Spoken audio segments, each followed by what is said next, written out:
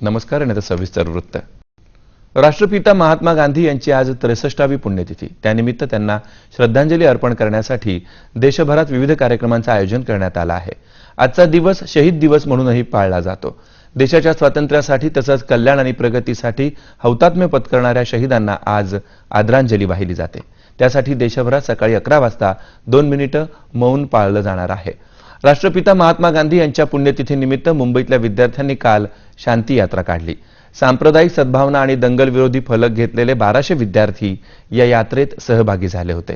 आझाद मैदानापासून सुरू झालेली ही यात्रा हुतात्मा चौकात पोहोचल्यानंतर सर्व सहभागी विद्यार्थ्यांनी समाजात सांप्रदायिक सलोखा प्रस्थापित करण्यासाठी एकसंघ व्हायची शपथ घेतली।